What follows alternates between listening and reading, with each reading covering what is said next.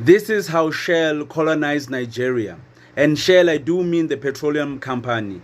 And by Nigeria, I do mean the whole country, the government and the military. So the deal is very simple. Because in 1936, Nigeria didn't have the infrastructure to actually drill for the oil. So Shell came in and said, okay, guys, we'll drill the oil for you. But now the problem is Shell has too much power in the country. I mean, 21% of Nigeria's total petroleum production is with Shell. So the first step, as I said, you must buy off the government. So billions, 1.3 billion was used to bribe the Nigerian government so they can look the other way. When politicians are bribed, it actually takes a very long time for people to actually get justice. I mean, there were farmers, their land was destroyed by Shell's oil, and it took them 13 years to actually get justice.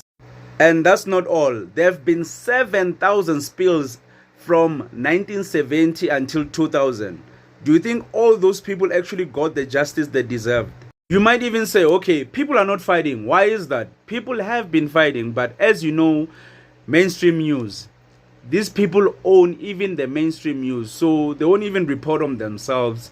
But funny enough, there are rebels who are actually fighting in Nigeria.